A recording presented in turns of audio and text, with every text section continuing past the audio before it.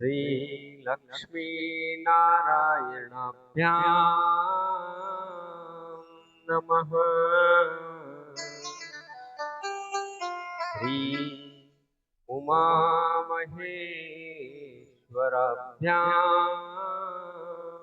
नमः। श्री वाणी हिरण्यगर्भाभ्यां नमः। श्री सती पुरंदराभ्यां नमः। श्री हनुमते नमः। श्री मातृ पितृचरण कमलेभ्यो नमः।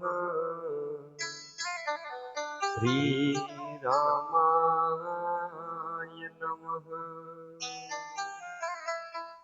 मम सर्वेश्वराय श्री कृष्णाय नमः। मम सर्वेश्वराय श्री कृष्णाय नमः। वंदे वंदारुंदारविंदु भूषण नंदनंदनम हमंदानंद संदोह बंधुरम सिंधुराननम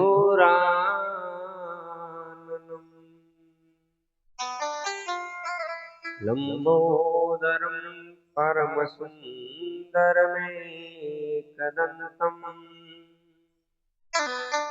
रक्तांबरं त्रिनयनं परमं पवित्रम्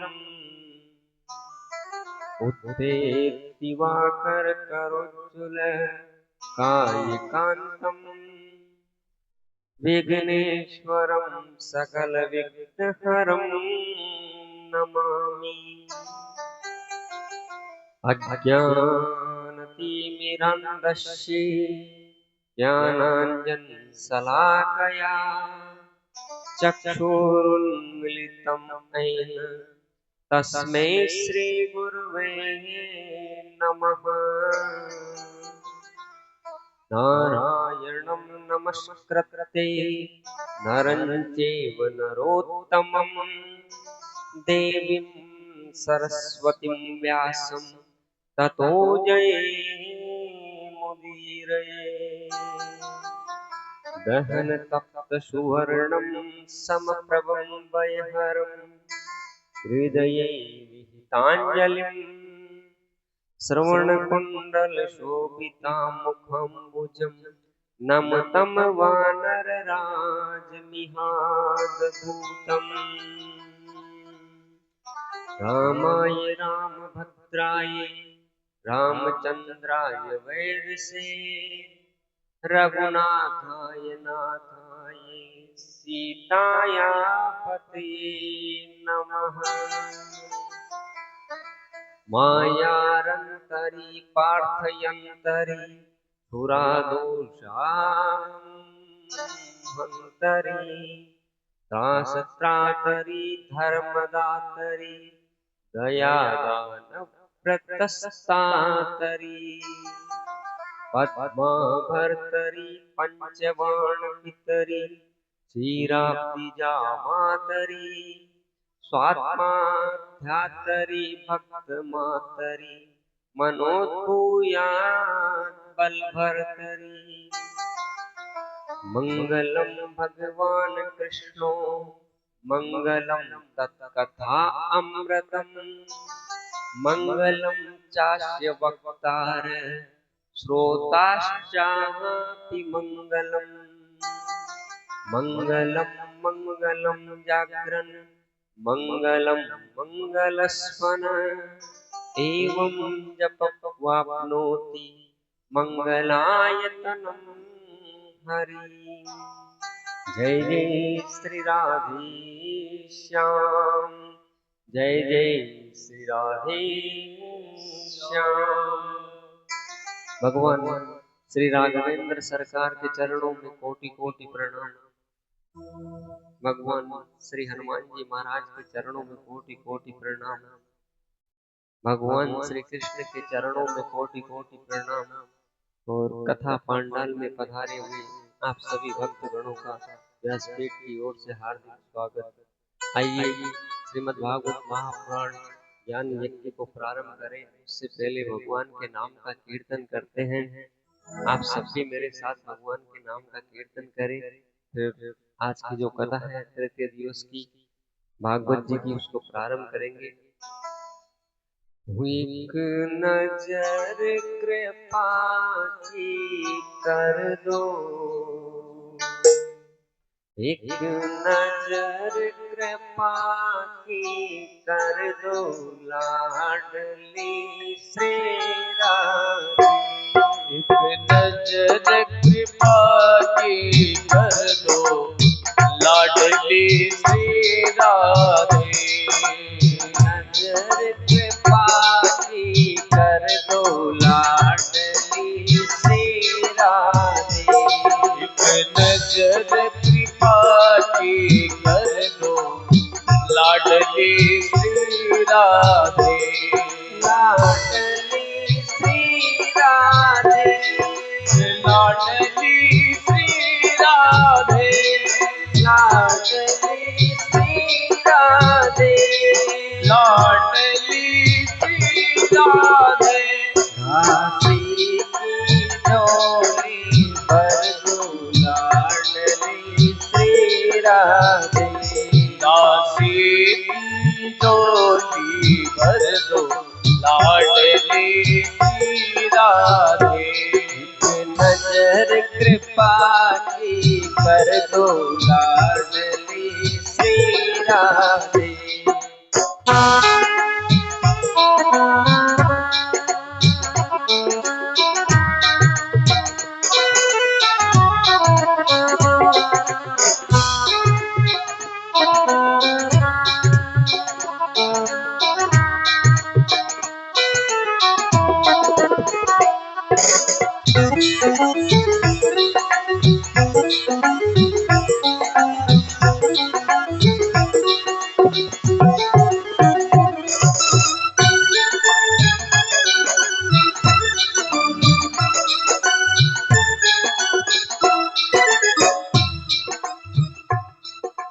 माना कि मैं पतित बहुत,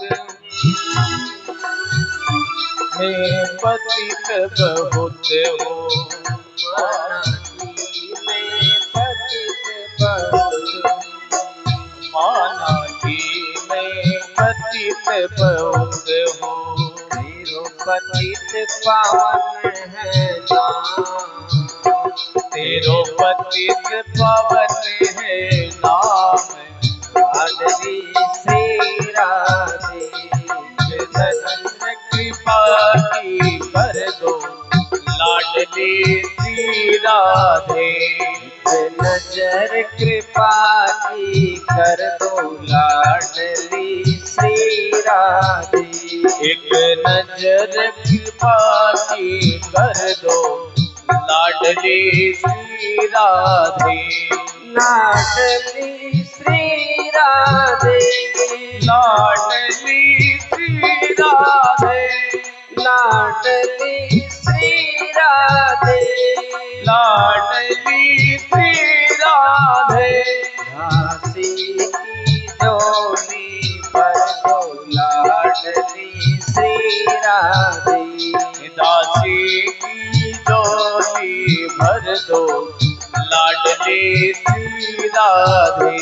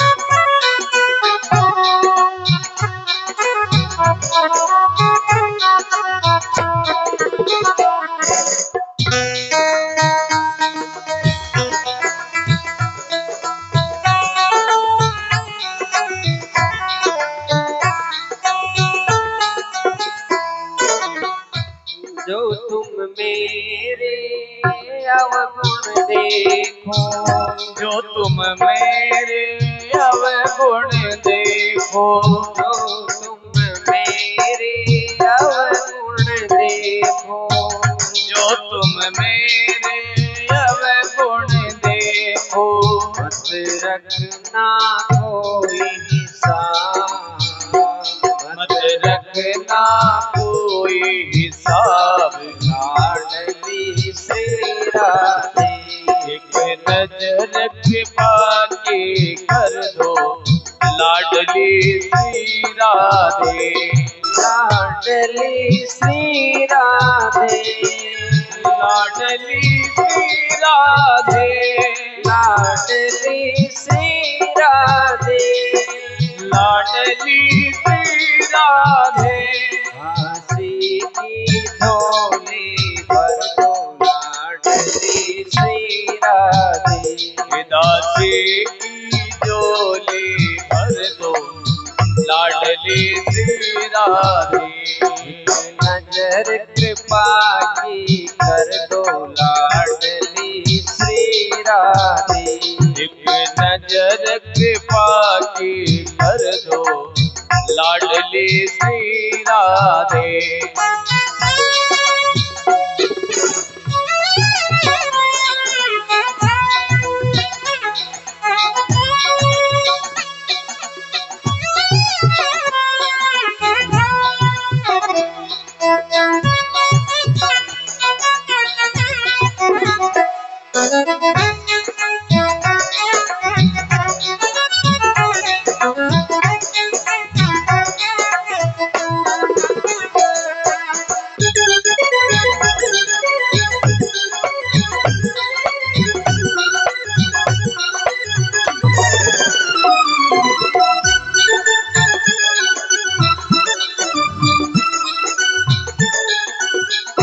एक नजर कृपा की कर दो, लाडली श्री राधे,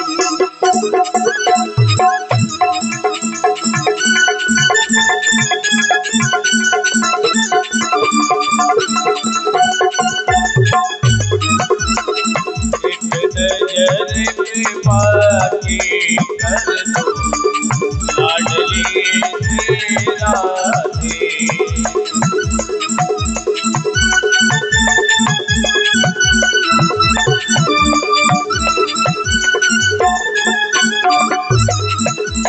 लाडली श्री राधे, लाडली श्री राधे, लाडली श्री राधे।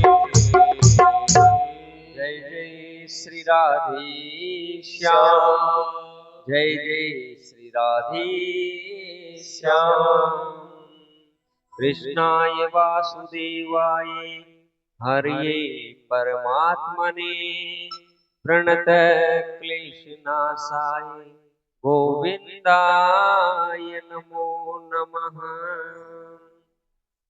श्रीमद् भागवत महापुराण ज्ञान यज्ञ की आज तृतीय दिवस की कथा प्रारंभ होने जा रही है।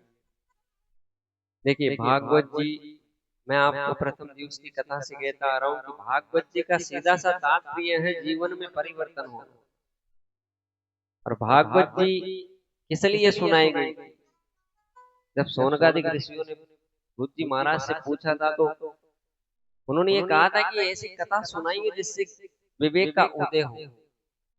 एकमात्र भागवत जी है जिससे विवेक का उदय होता है, चित्त की शुद्धि होती है भागवत जी के सुनने से। तो आइए चित्त लगा के भागवत जी की कथा प्रारंभ करते हैं।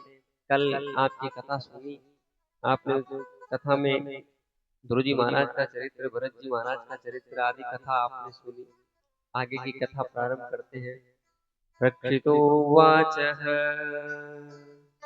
देवासुरनृणां सर्वो नागानां मृगपक्षिणां समासितस्त्वं प्रोक्तो यस्तु स्वयं भवेत्तरो। महाराज परीक्षित सुखदेव जी से कहते हैं कि गुरुदेव, आपने पिछले स्कंद में कहा था कि प्रचेताओं से दक्ष का जन्म हुआ था। जो प्रचेता थे उनसे महाराज दक्ष का जन्म हुआ था। ये दक्ष वही है जिन्होंने पिछले जन्म में भगवान शंकर से वेर किया था, क्योंकि दक्ष का जन्म हुआ था और आपने कहा था कि आगे की सृष्टि उन्होंने की थी। तो इस प्रसंग को आप विस्तार से कहिए कि महाराज दक्ष ने आगे की सृष्टि कैसे की। सुखदेव उवाच है, सुखदेव जी कहते हैं कि राजन, सोम की आज्ञा से प्रचेताओं ने वाक्षी नाम की कन्या से विवाह किया और उन्हीं से दक्ष का जन्म हुआ था। दक्ष भगवान के अनन्य भक्त हुए और वो सृष्टि करने के मन में निश्चय करके विंध्याचल पर्वत की कंदराओं में जाके भगवान की तपस्या करने लगे। महाराज दक्ष ने विंध्याचल पर्वत में जाके भगवान की तपस्या की थी और दक्ष ने हंस गुह्य स्तोत्र से भगवान की तपस्या की थी। भागवत जी का एक स्तोत्र है हंस गुह्य स्तोत्र। इससे दक्ष ने भगवान की तपस्या की थी। तो ये जो हंस गुह्य स्तोत्र है उसका ये श्लोक है, नभः पारावितायानुं भूतये गुणत्रियाभास निमित्त बंधने अदृष्टा धाम्ने गुणतत्व बुद्धिभिः निवर्तमानाय दत्ते स्वयं भुवे। भगवान हंस गुह्य स्तोत्र से भक्ति की तो भगवान प्रसन्न हो गए। दक्ष ने भगवान की आराधना की, भगवान प्रसन्न हुए और दक्ष के सामने प्रकट हो गए और बोले कि दक्ष, तुमने मेरी प्रेरणा से मेरी स्तुति की है और मैं स्वयं चाहता हूं कि सृष्टि की वृद्धि हो, अतः तुम मेरी आज्ञा है, आप पंजन्य प्रजापति की एक कन्या है जिसका नाम है अक्षिणी, उससे तुम विवाह करना और फिर आगे की सृष्टि करो। दक्ष ने भगवान के बताए अनुसार पंचजन्य प्रजापति की कन्या अक्षिणी से विवाह किया और अक्षिणी से विवाह किया तो दक्ष को इनसे 10,000 पुत्र हुए। जब वो दक्ष से बोले कि पिताजी हमारे लिए क्या आज्ञा है, तो दक्ष ने कहा कि जाओ तुम सृष्टि का विस्तार करो। अपने पिता को प्रणाम करके उनकी सभी संतानें भगवान की भक्ति करने के लिए एक सरोवर पर चले, प्रजा की सृष्टि करने के लिए। उनकी भेंट रास्ते में नारद जी महाराज से हो गई। नारद जी ने उनसे पूछा कि तुम सभी कहाँ जा रहे हो? बोले पिताजी की आज्ञा है, हम सृष्टि करना है, इसलिए भगवान की तपस्या करने जा रहे हैं। तो नारद जी ने उनको कहा कि तुम्हें भगवान ने तुम्हारे को मनुष्य जीवन दिया है, तुम किस प्रपंच में पड़ रहे हो, किस माया जाल में फंस रहे हो, ये सब त्याग दो, सृष्टि वृष्टि कुछ नहीं करना तुम्हें। और नारद जी ने उनको ऐसा ज्ञानोपदेश दिया कि वो भगवान के भक्त हो गए। उन्होंने गृहस्थ जीवन को त्याग दिया और भगवान की शरण में चले गए। इस बात का पता दक्ष को चला तो क्रोधित हुए दक्ष कि नारद ने सृष्टि की जो विस्तार था उसको रोक दिया। नारद जी और महाराज दक्ष की भेंट हुई है। तो दक्ष ने कहा कि देख नारद जी, तुमने मेरे पुत्रों को बिना सृष्टि करे ही रोक दिया और उनको संसार से विरक्त कर दिया तुमने। जब तक व्यक्ति को स्वयं विषयों का अनुभव नहीं हो जाता, स्वयं विषयों का अनुभव नहीं कर लेता, उससे पहले ही तूने उनको विरक्त कर दिया। वो विरक्त अपनी मर्जी से होते। इसलिए नारद, मेरा श्राप है कि तुम दर दर घूमते रहोगे, भटकते रहोगे, एक जगह नहीं रुकोगे। नारद जी ने दक्ष का श्राप सहर्ष स्वीकार कर लिया था। देखिए धैर्यता किसे कहते हैं? भागवत जी सिखाती जीवन में यही है कि व्यक्ति को धैर्य रखना चाहिए। नारद जी को श्राप दिया दक्ष ने और नारद जी में सामर्थ्यता थी दक्ष को वापस श्राप देने की, लेकिन उन्होंने सहर्ष स्वीकार कर लिया नारद जी ने। इसे धैर्यता कहते हैं। नारद जी ने कहा कि ठीक है राजा, आपने जो श्राप दिया वो मुझे स्वीकार है, दोनों वहां से चले गए। सुखदेव जी कहते हैं कि राजन, पुत्रों के मोक्ष के मार्ग पर चले जाने पर दुखी मन से दक्ष ने फिर से प्रजा की सृष्टि करने की सोची और अक्षनी पत्नी से 60 कन्याएं उत्पन्न की। उन 60 कन्याओं में से 27 तो चंद्रमा को दे दी, 10 धर्म को दे दी, 2 भूत ऋषियों को, 2 अंगिरा ऋषियों को और 2 कृपाश्व ऋषियों को दे दी और 17 कश्यप ऋषि को दे दी। ये 60 कन्याएं उत्पन्न की। और कश्यप ऋषि की जो 17 पत्नियां हैं उनमें एक है विंता। विंता से अरुण और गरुड़ 2 पुत्रों की उत्पत्ति हुई। फिर दूसरी है कद्रु माता, जिससे सहस्त्र नागों की उत्पत्ति हुई। ये नाग हैं जितने भी, ये सब कद्रु माता की संतान है। तीसरी थी पतंगी, जिससे पक्षियों का जन्म हुआ। चौथी थी यामिनी, जिससे सलभों का जन्म हुआ। और दिति से दैत्य, धनु से दानव और आदित्य के 12 पुत्र हुए थे। इन 12 पुत्रों में आदित्य के एक तुष्टा भी थे। तुष्टा का विवाह दैत्यों की छोटी बहन रचना के साथ में हुआ था और रचना और तुष्टा से सन्निवेश और विश्वरूप नाम के 2 पुत्र हुए थे। जब देवगुरु बृहस्पति इंद्र से क्रोधित हो गए थे, रुष्ट हो गए थे, तो इंद्र ने इसी विश्वरूप को अपना पुरोहित बनाया था यज्ञ के लिए। सुखदेव जी कहते हैं कि राजन, इस विश्वरूप ने इंद्र का पुरोहित बन के उसके यज्ञ को संपन्न करवाया था। तो महाराज परीक्षित पूछते हैं कि गुरुदेव, कश्ये हेतो परित्यक्ता आचार्येणात्मनः सुरा एतदा चक्षुव भगवान शिष्याणाम क्रमम गुरु।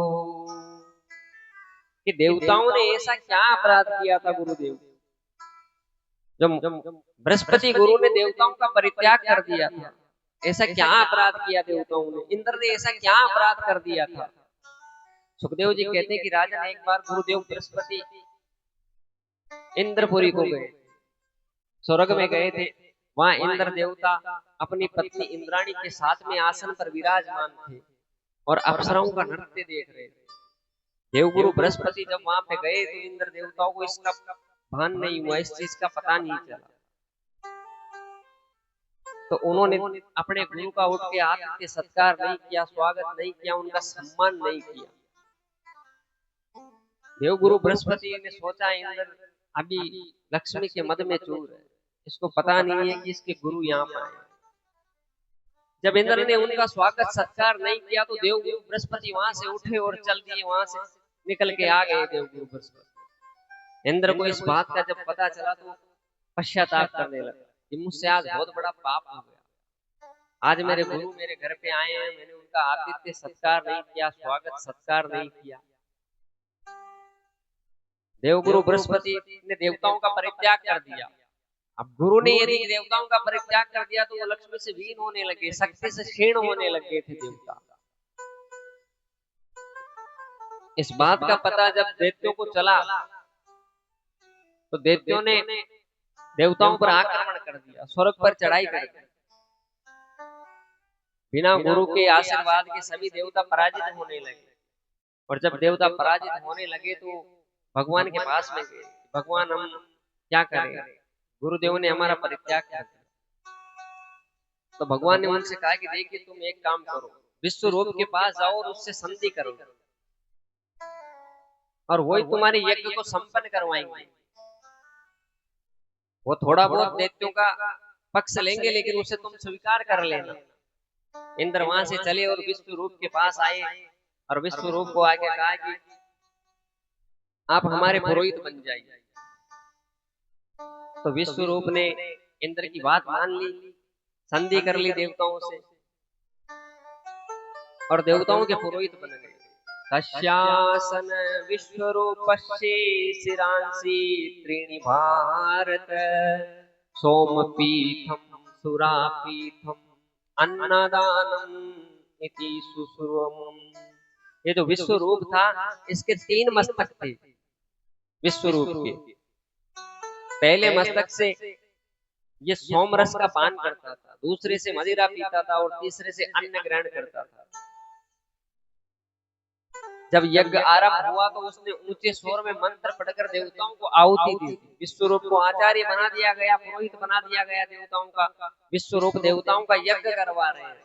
और जब यज्ञ प्रारंभ हुआ तो विश्वरूप ने ऊंचे स्वर में मंत्र पढ़ के देवताओं के लिए आहुति दे दी, और फिर मंद स्वर में धीमी आवाज में दैत्यों के लिए भी आहुति दे दी, उनको भी भाग दिला दिया।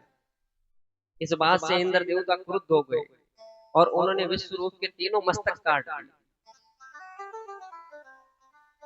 तीनों मस्तक काट दिए। जो पहला सिर कटा उससे कबूतर उत्पन्न हुए, दूसरा सिर कटा उससे चटक, और तीसरे मस्तक से तीतर जाति की उत्पत्ति हुई। अब विश्वरूप का इंद्र देवता ने वध कर दिया, उनको मार दिया, तो इंद्र देव को ब्रह्म हत्या लग गई, क्योंकि वो ब्राह्मण था, पुरोहित बना के लाए थे, और जिस ब्राह्मण को बुला के लाए घर में अनुष्ठान करवाने के लिए, उसको ही मार दे तो फिर उस अनुष्ठान का क्या फल हो। अब इंद्र देवताओं को ब्रह्म हत्या लग गई, तो इंद्र देवता इसका प्रायश्चित करने लगे। तो प्रकृति ने इंद्र देव की ब्रह्म हत्या को अपने अधीन कर लिया, अपने भागों में बांट दिया, और इंद्र देव ने इस ब्रह्म हत्या को 4 जगह विभाजित कर दिया। पहला पृथ्वी को, और पृथ्वी को यह आश्वासन दिया कि गड्ढा खोदने पर वह स्वतः भर जाएगा। हाँ, पृथ्वी पे गड्ढा खोदते हो, उसको जाके नहीं देखो, साल 2 साल बाद में वो स्वतः भर जाता है। तो ये वरदान लेके पृथ्वी ने ब्रह्म हत्या ग्रहण कर ली। दूसरी, वृक्षों ने ब्रह्म हत्या ग्रहण कर ली, और ये आश्वासन दिया कि वृक्ष कटने पर पुनः फलित हो जाएंगे। अपन वृक्षों को काटते हैं, वापस इनके पत्ते आने लग जाते हैं। तो ये वरदान लेके वृक्षों ने ब्रह्म हत्या ग्रहण कर ली, और वृक्षों में गोंद के रूप में उस ब्रह्म हत्या को देखा जाए।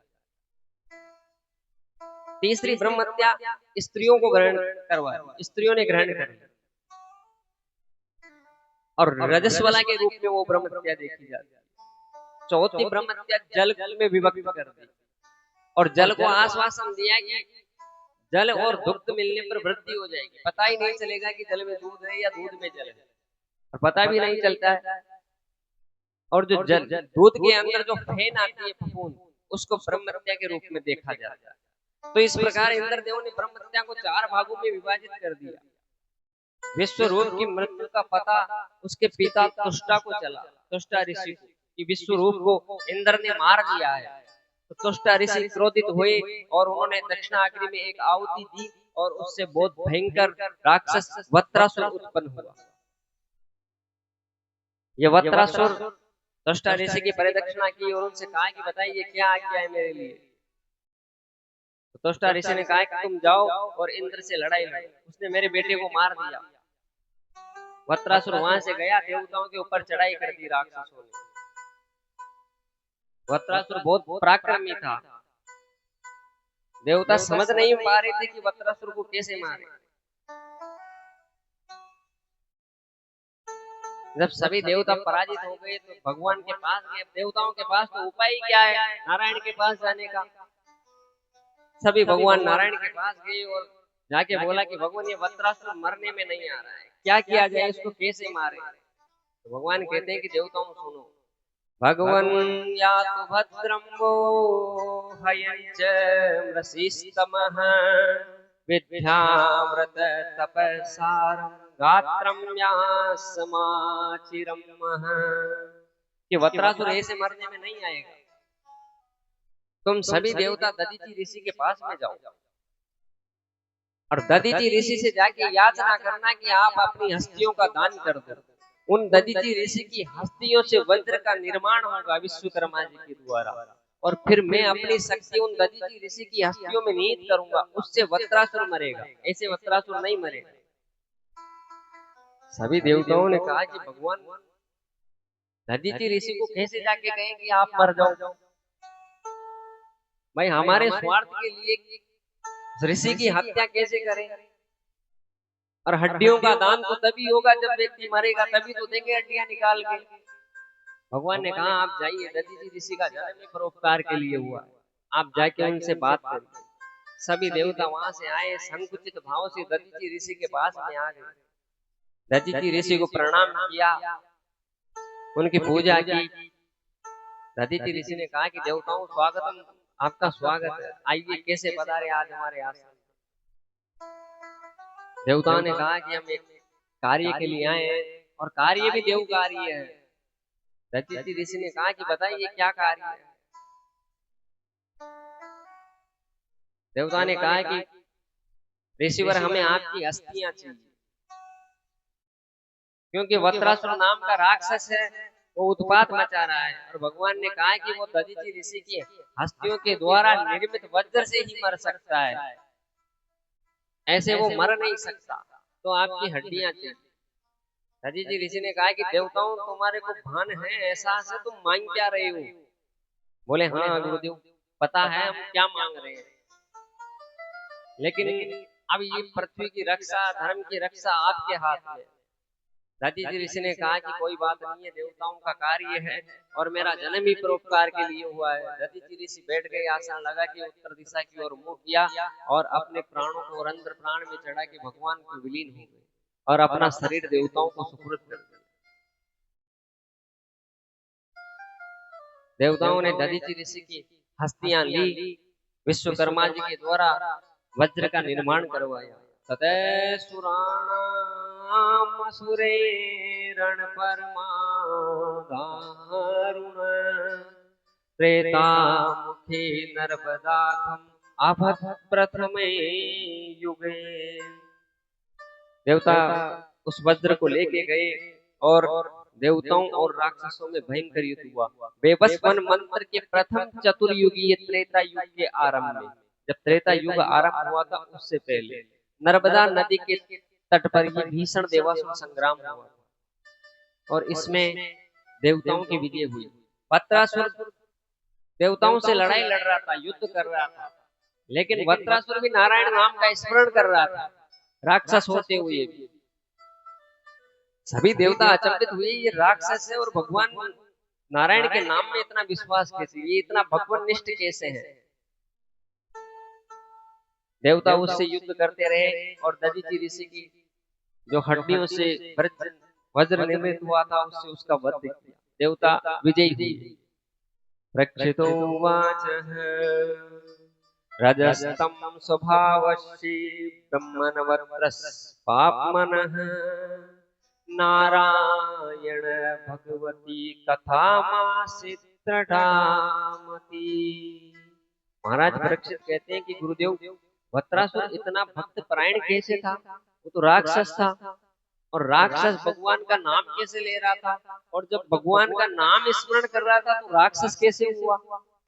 भाई राक्षस कौन होता है, आज भी राक्षस कौन है जो नारायण के या भगवान के नाम का स्मरण ही नहीं करे, तो कि वो राक्षस है तो भगवान के नाम का स्मरण कैसे कर रहा है, और जब भगवान के नाम का स्मरण कर रहा है तो फिर राक्षस कैसे हुआ।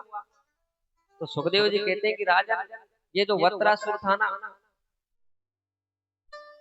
ये पहले के जन्म में चित्रकेतु नाम का एक प्रतापी राजा था, इसका नाम था चित्रकेतु, और इसकी जो पत्नी थी उसका नाम था कृतद्युति। ये दोनों भगवान के अनन्य भक्त थे।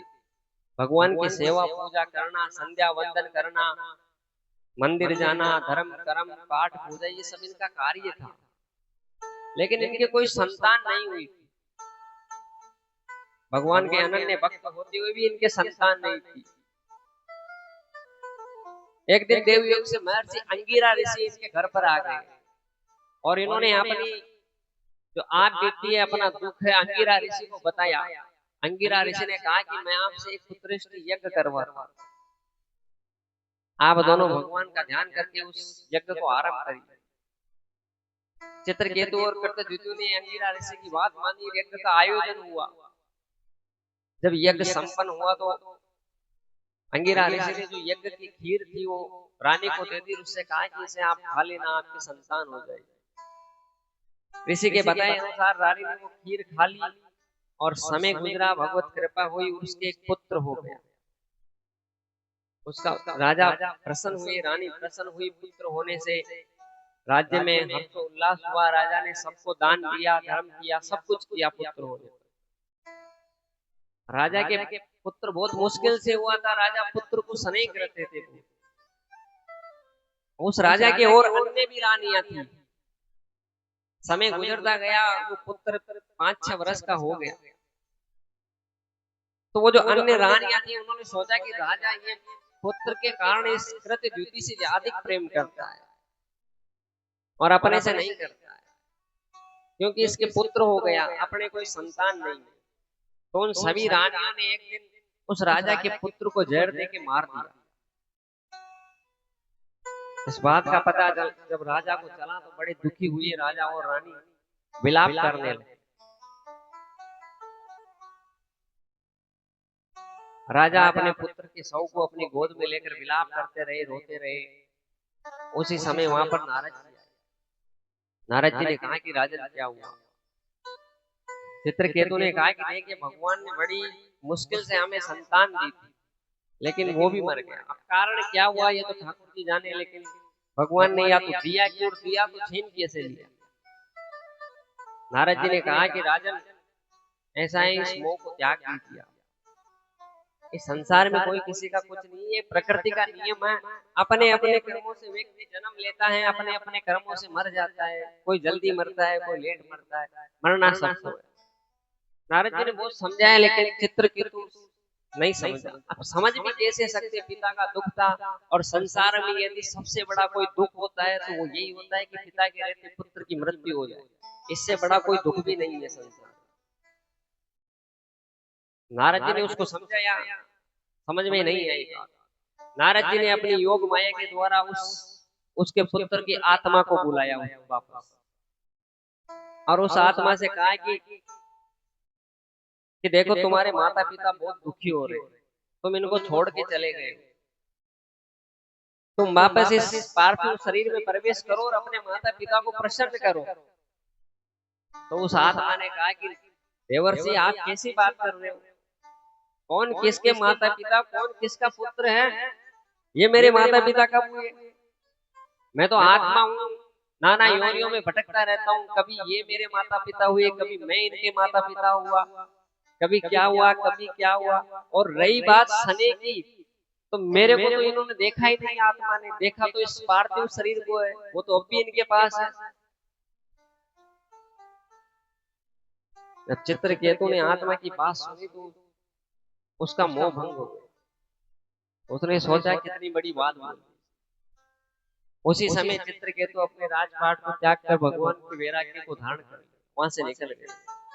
और देखिए, गरुड़ पुराण में एक श्लोक भी आया है, मित्रम कोपि न कश्यापि संसार दुख सागरे आयाति कर्म संबधना याति कर्म क्षये पुनः।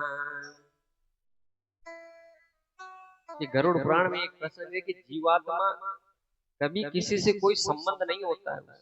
संबंध केवल शरीर से होता है, न कोई किसी का मित्र होता है, न माता होती है, न पिता होती है। आत्मा का कभी किसी से कोई संबंध नहीं होता। आत्मा का सीधा संबंध परमात्मा से होता है। यह तो केवल अपने पार्थिव शरीर इस देह का संबंध होता है, इसके बाद में कुछ भी नहीं है। चित्रकेतु वहां से चले गए, भगवान की भक्ति करने लगे। अब चित्रकेतु राक्षस कैसे बने? एक समय क्या हुआ, चित्रकेतु घूमते हुए उस स्थान पर पहुंच गए जहां माता पार्वती और भगवान शंकर विराजमान थे। अब चित्रकेतु को पता नहीं था कि यहाँ पर भगवान शंकर और माता पार्वती विराजमान है, तो बिना आज्ञा के वहां पे चले गए। तो माता पार्वती ने कहा कि तुम बिना पूछे यहाँ कैसे आ गए? बोले, माता मुझे पता नहीं, गलती हो गई। माता ने उसको श्राप दे दिया कि तू राक्षस हो जा। इसलिए ये चित्रकेतु वत्रासुर के रूप में राक्षस हुआ। इतना बड़ा भगवान का अनन्य भक्त था, उसके बावजूद ये राक्षस हुआ, माता पार्वती के श्राप के कारण। जय जय श्री राधे श्याम। सुखदेव जी कहते हैं कि राजा, पिछले अध्याय में तुमने सुना कि अदिति के 12 पुत्र हुए, उनमें 4 के वंश का वर्णन आपने सुना। अब हम कश्यप जी की दूसरी पत्नी थी दिति के वंश का वर्णन करते हैं। दिति के हिरण्यकश्यप और हिरण्याक्ष नाम के 2 पुत्र हुए थे। जब भगवान ने दोनों पुत्रों को मार दिया, इन दोनों का वध कर दिया, तो दिति का हृदय क्रोध से जलने लगा। उससे सहन नहीं हुआ कि मेरे पुत्रों को मार दिया गया।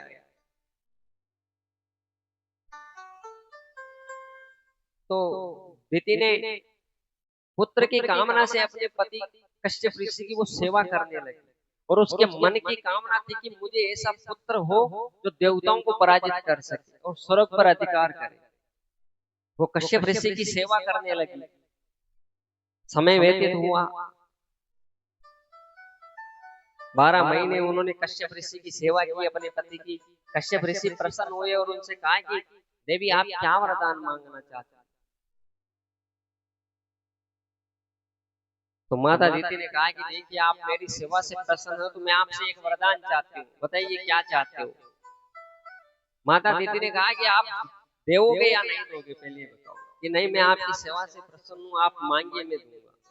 क्योंकि आप मुझे वरदान देना चाहते हो तो ऐसा वरदान दो कि मेरे एक पुत्र हो और वो ऐसा पुत्र हो जो देवताओं को पराजित कर दे और स्वर्ग पर अधिकार कर दे। कश्यप ऋषि माता की बात सुन के सब कुछ आए, कैसा वरदान मांग। अब कश्यप ऋषि ने कहा कि ठीक है मांग लिया तो देते। लेकिन देखिए संसार में समस्या का हल, प्रत्येक समस्या का हल है।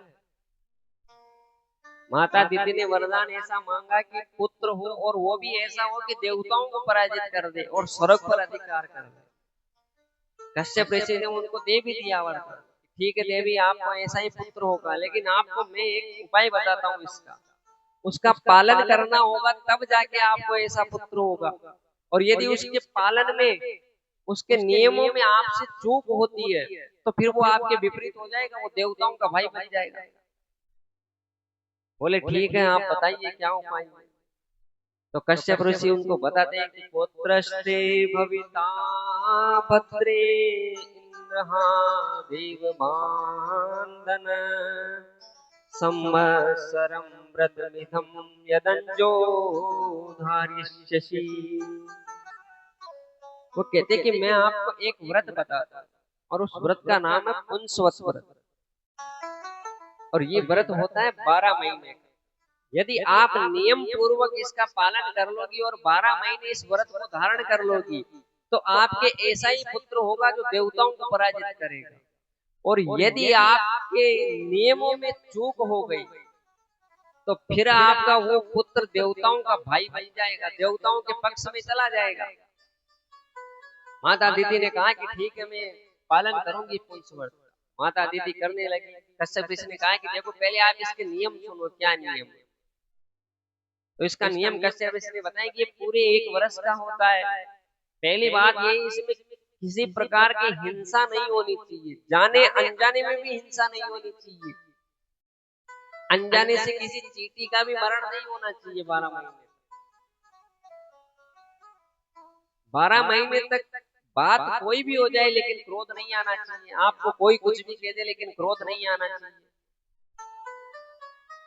अब देखिए पहले के व्यक्ति ऋषि मुनि थे, ये भगवान की तपस्या से इनके पास में तप रहता था, तो ये तो बहुत छोटी बात होती थी इनके लिए। तीसरी बात बताइए 12 महीने तक आप दुर्जनों से वार्तालाप नहीं करोगे, एक समय भोजन करोगे आप, और संध्या के समय शयन नहीं होगा, नख रोम इत्यादि नहीं काटे जाएंगे, मांसाहारी मदिरा इत्यादि का सेवन नहीं होगा, और प्रातः काल ब्रह्म मुहूर्त में उठ के भगवान का स्मरण करना होगा। माता दिति ने कहा कि ठीक है मैं इस नियम का पालन करूंगी। माता दिति पुंसवत व्रत को धारण किया, उसका पालन करने लगी और उस पुंसवत व्रत के प्रभाव से माता दिति ने गर्भ धारण कर लिया। जब व्रत संपूर्ण होने का समय आया, कुछ ही समय बचा हुआ था, तो इंद्रदेव ने सोचा कि यदि ये व्रत पूरा हो गया तो माता दिति के ऐसा पुत्र होगा जो स्वर्ग पर अधिकार कर लेगा। अब कैसे भी करके इसके नियम को तोड़वाया जाए। अब भगवान की लीला से माने या इंद्रदेव के प्रभाव से माने, माता दिति इस नियम का पालन कर रही थी। एक दिन उनको संध्या के समय निंद्रा आ गई, और निंद्रा आ गई तो व्रत टूट गया। व्रत टूटते ही इंद्र मौका पाके माता दिति के गर्भ में चला गया और उस गर्भ के 7 टुकड़े कर दिए। अपने चक्कर से उस गर्भ के 60 टुकड़े कर दिए, लेकिन फिर भी वो गर्भ जीवित ही रहा, मरा नहीं। इंद्र ने सोचा ऐसा कौन सा व्रत किया है, जब 60 टुकड़े कर दिए तो वो 7 हो गए, मरे नहीं। फिर इंद्र ने उन 7 के 7 टुकड़े कर दिए, 49 टुकड़े हो गए, फिर भी वो गर्भ नष्ट नहीं हुआ। वो सभी 49 टुकड़े इंद्र से हाथ जोड़ के बोले कि हमने आपका बिगाड़ा क्या, आप हमें क्यों मारना चाहते? बोले ऐसा व्रत हुआ है, सारा वृतांत बताया, क्योंकि व्रत तो खंडित हो गए, आप हमें अभेदान दे दो। बोले मैं तुम्हें एक ही शर्त पे अभेदान दूंगा, तुम जन्म लेते ही मेरे मरुदगण मर जाओगे, मेरे पार्षद बन जाना। कि ठीक है इंद्रदेव। और वो सभी 49 के 49 जन्म लेते ही इंद्र के पार्षद हो गए, मरुदगण बन गए, वो इंद्र के साथी हो गए। यदि व्रत खंडित नहीं होता तो वो माता दीदी के पक्ष में रहते, व्रत खंडित हुआ तो 49 के 49 मरुदगण बन गए। जय जय श्री राधे श्याम, जय जय श्री राधे श्याम। प्रक्षितो वाच, प्रक्षित जी कहते हैं कि गुरुदेव आप एक बात बताइए, भगवान की दृष्टि में तो सभी समान है, भगवान की दृष्टि तो सभी समान है, चाहे मनुष्य हो चाहे राक्षस हो, उनके लिए तो सब समान है। फिर भगवान पक्षपात करते हैं, भगवान ने इंद्र का पक्ष कैसे लिया, उसको इतने उपाय कैसे बताए? तो सुखदेव जी कहते हैं कि राजा भगवान पक्षपाती नहीं है, भगवान का जो मुख्य ध्येय होता है वो धर्म की स्थापना करना होता है, इस पृथ्वी का पालन करना होता है। और व्यक्ति अच्छे कर्म करता है, बुरे कर्म करता है, सुख भोगता है, दुख भोगता है, वो अपने कर्मों से भोगता है। भगवान के लिए सब समान है, प्रकृति के लिए सब समान है, कोई भेद नहीं है प्रकृति के लिए। और भगवान का तो कार्य केवल एक ही है। क्या कार्य है भगवान?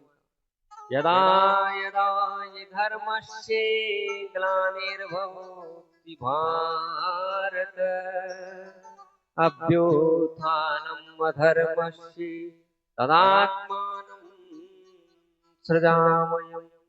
कि जब जब धर्म की हानि होती है और अधर्म बढ़ता जाता है, तब भगवान कहते हैं कि मैं साकार रूप में प्रकट होता हूँ। परित्राणाय साधूनां विनाशाय च दुष्कृतां धर्म संस्थापनार्थाय संभवामि युगे युगे। और सज्जनों की रक्षा के लिए और दुष्टों के विनाश के लिए मेरा अवतार होते हैं, और धर्म की रक्षा करना मेरा ध्येय है। क्योंकि राजन भगवान सर्वत्र विराजमान है, उनकी समदृष्टि है, उनकी दृष्टि में कोई भेद नहीं है। इस विषय में मैं आपको एक इतिहास सुनाता हूँ, जो देवर्षि नारद जी से मैंने सुना था। जब युधिष्ठिर ने राजसूय यज्ञ किया था, उस समय भगवान का जो परम द्वेषी था शिशुपाल, तो भगवान ने जब शिशुपाल का समय नजदीक आया, उसके पाप का घड़ा भर गया, तो भगवान ने उसका वध कर दिया, अपने चक्कर से उसका मस्तक काट दिया। और सारी सभा के देखते हुए वो शिशुपाल भगवान में विलीन हो गया था। क्योंकि राजन ये तो भगवान की माया से हुआ था, वो थे ही भगवान के पार्षद, और उसने भगवान से द्वेष किया, जीवन भर वेर किया भगवान से, फिर भी वो भगवान को ही प्राप्त हुआ, क्योंकि वो भजता भगवान को ही था। चाहे कैसे ही भजे, मित्रता से भजे चाहे द्वेषता से भजे, लेकिन था वो नारायण का। और इन जय विजय के 3 जन्म हुए थे। पहले जन्म में हिरण्यकश्यप और हिरण्याक्ष हुए, दूसरे में ये रावण और कुंभकर्ण हुए, तीसरे में शिशुपाल और दंतवक्र हुए। और जो हिरण्यकश्यप था वो भगवान निष्ठ उसका पुत्र था प्रहलाद, वो उसकी मृत्यु का कारण बना था। तो युधिष्ठिर जी नारद जी से पूछते हैं कि ऋषिवर वदिवेशो दैते पुत्रे कतमाशीन महात्मनि ब्रुवी में भगवन एन प्रहलादस्या अच्युताम। कि हिरण्यकश्यप ने अपने प्रिय पुत्र प्रहलाद से वेर क्यों किया था, उससे द्वेष क्यों किया, उससे ईर्ष्या क्यों की, ऐसा उसने क्या बिगाड़ा था? आप इस कथा को विस्तार से सुनाइए। नारद जी कहते हैं कि युधिष्ठिर, भ्रातर्येव विनिहते हरिणा को मूर्तिना हिरण्यकश्यपो राजन् पर्यप्ततृषा शुचा। कि जब वराह भगवान का अवतार हुआ और वराह भगवान के हाथों से हिरण्याक्ष जो उसका भाई था हिरण्यकश्यप वो मारा गया, तो हिरण्यकश्यप को ऐसे ही क्रोध हुआ और क्रोध के मारे वो आग बबूला हो गया और बोला कि इन तुच्छ स्वार्थी देवताओं ने अपने स्वार्थ के लिए मेरे भाई को मार दिया, अब मैं इसका बदला लूंगा। और कहा कि मैं विष्णु का वध करूंगा तभी मेरे मन को शांति मिले। हिरण्यकश्यप ने संकल्प कर लिया और राजा बनते ही सभी अपने राक्षस गणों को वहां पे बुलाया, मंत्रियों की बैठक बुलाई और उसमें एक अध्यादेश जारी करवाया, एक आदेश पारित करवा दिया। और वो क्या आदेश था?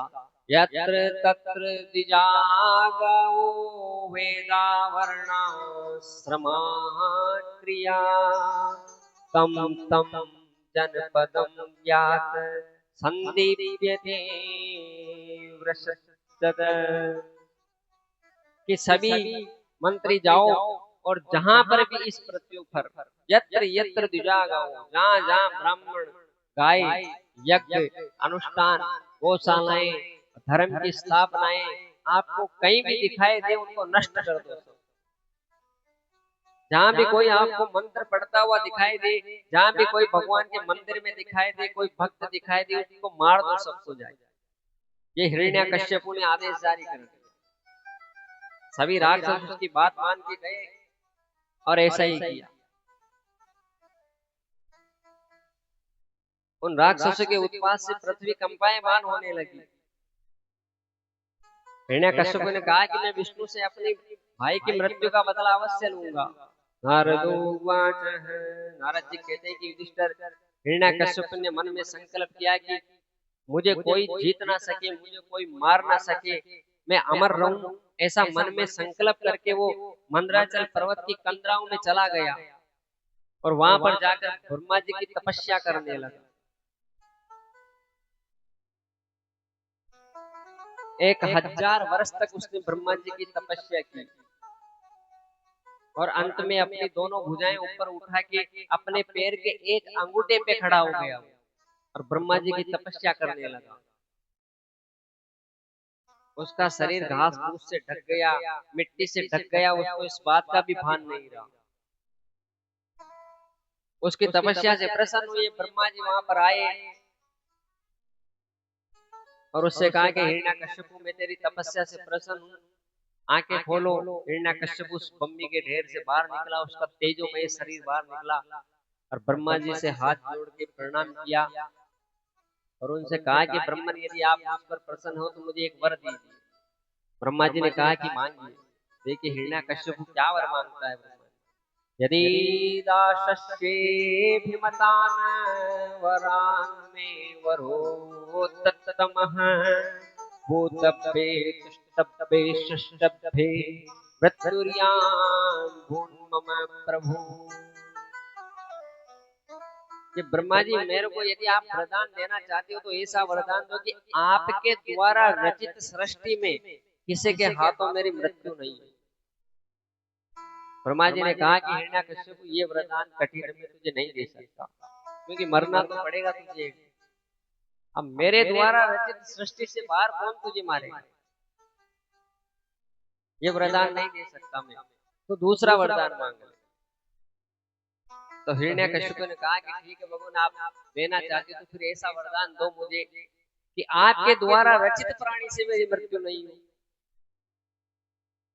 आपके द्वारा जितने प्राणी हैं रचे हुए उनसे मेरी मृत्यु ना हो।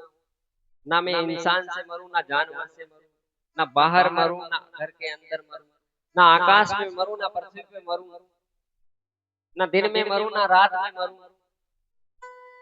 ऐसा उसने वरदान मांग लिया। ब्रह्मा जी ने सोचा ये लेके तो रहेगा, तपस्या की है इसने। ब्रह्मा जी ने उसको वरदान दे दिया और भगवान नारायण की स्तुति की हाथ जोड़ के कि भगवान, मैंने इसको वरदान तो दे दिया है, अब आप संभाल लेना इसको। ब्रह्मा जी वहां से चले गए। हिरण्यकश्यप वरदान की शक्ति से संपन्न हो गया और वरदान की शक्ति प्राप्त करके इतना उन्मत्त हो गया कि किसी को कुछ समझता नहीं था। वो सारी प्रजा को मारने लगा, जो भी भगवान का भक्त मिलता उसको मार देता, और पृथ्वी के सातों द्वीपों पर उसका अखंड साम्राज्य हो गया हिरण्यकश्यप का। उस दुष्ट से देवता दिन रात भयभीत रहते थे, देवताओं को यज्ञ नहीं करने देता, अनुष्ठान नहीं करने देता, भगवान के भजन कीर्तन उसने बंद कर दिए। जहां भी कोई यज्ञ अनुष्ठान करे, कथाएं चले, उन सबको जाके मार देता था। ऐसा उसका निंदित कर्म हो गया था। देवता उससे प्रताड़ित हो गए, भगवान के पास में गए, भगवान से जाके कहा कि प्रभु अवतार ले लो, अब इस दुष्ट के अत्याचार नहीं सही जाते। भगवान ने कहा कि देवताओं रुको, अभी हिरण्यकश्यप के पुण्य का करार नहीं आया, उसने भक्ति की है, आया नहीं जब तक तेरे पुण्य का करार ही मानो तो गुनाह कर ले हजार।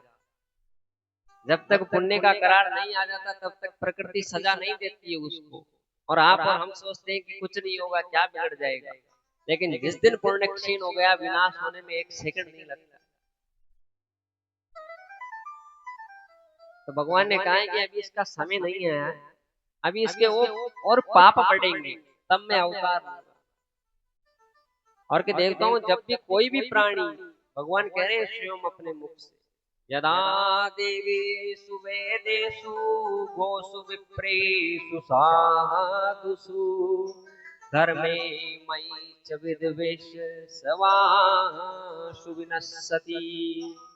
भगवान कह रहे हैं कि कोई भी प्राणी जब देवताओं से, वेद से, गौ से, ब्राह्मणों से, ऋषियों से, मुनियों से और भगवान के भक्तों से यदि वेर करता है, द्वेष करता है, उन्हें सताता है, तो मैं वरदान की शक्ति से संपन्न होते हुए भी उसे मार देता हूँ, चाहे वो कैसा ही वरदान प्राप्त कर ले। अब देने वाले भी भगवान ही है ना, वरदान देता कौन है, और मारने वाले भी वही है। और देवताओं से कहा कि तुम चिंता मत करो, इसकी पत्नी कयादु के गर्भ में मेरा अनन्य भक्त प्रहलाद आएगा, और उस मेरे अनन्य भक्त प्रहलाद से ये विद्वेष करेगा, तब मैं इसे वरदान की शक्ति से संपन्न होते हुए भी मार दूंगा। सभी देवता भगवान की बात सुन के अपने अपने स्थान को चले आए। हिरण्यकश्यप के प्रहलाद जी का जन्म हुआ। 4 पुत्र थे हिरण्यकश्यप, जिनमें सबसे छोटे थे प्रहलाद जी महाराज। बड़े शील स्वभाव के, संपन्न, गुणवान, भक्तिवान थे। बचपन से ही भगवान नारायण के नाम में इनको रुचि थी, भगवान नारायण का नाम ही लिया करते थे। कारण क्या था, कल की कथा में आपने सुना था, एक तो दीदी को कश्यप ऋषि ने ये कहा था कि तुम्हारे पुत्र तो राक्षस होंगे, लेकिन तुम्हारा पौत्र जो कुल को तारने वाला होगा। तो प्रहलाद जी भगवान के अनन्य भक्त हुए, भगवान की भक्ति करते समय व्यतीत हुआ। प्रहलाद जी 4-5 साल के हुए और भगवान नारायण के नाम का स्मरण करने लगे।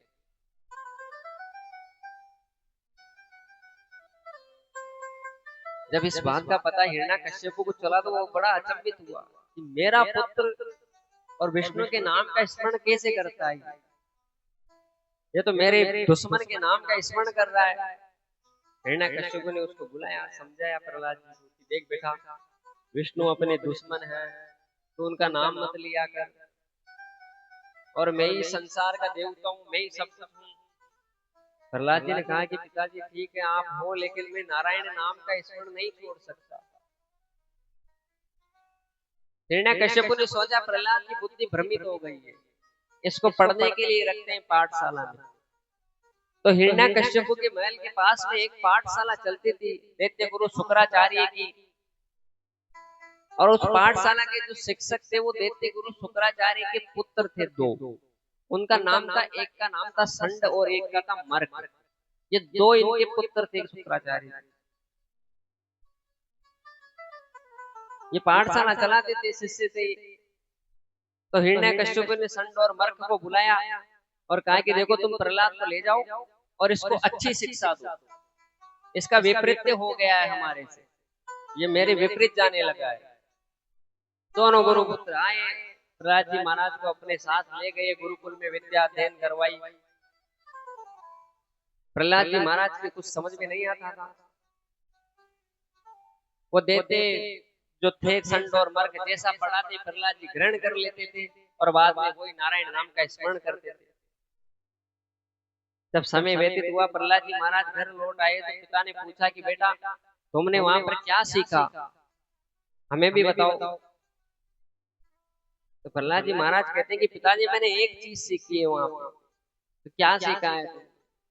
मैंने ये सीखा है कि जिस प्राणी का मन संसार में स्त्री से, पुत्र से, अहंकार से, ममता से आदि में उलझा हुआ होता है ना, ऐसे प्राणियों का गृहस्थ आश्रम बेकार होता है। उसे त्याग देना चाहिए और त्याग के वन में चले जाना चाहिए और भगवान नारायण के नाम का स्मरण करना चाहिए। हिरण्यकश्यप को अपने पुत्र की बात सुना, उसको भयंकर क्रोध हुआ कि मैंने इसको शिक्षा ग्रहण करने के लिए भेजा था, ये कैसी शिक्षा सीख के आया है वहां से। उसकी बातें सुनकर क्रोधित हुआ वो। उसने गुरु पुत्रों को बुलाया, इधर आओ, ये सिखाया है तुमने प्रहलाद को?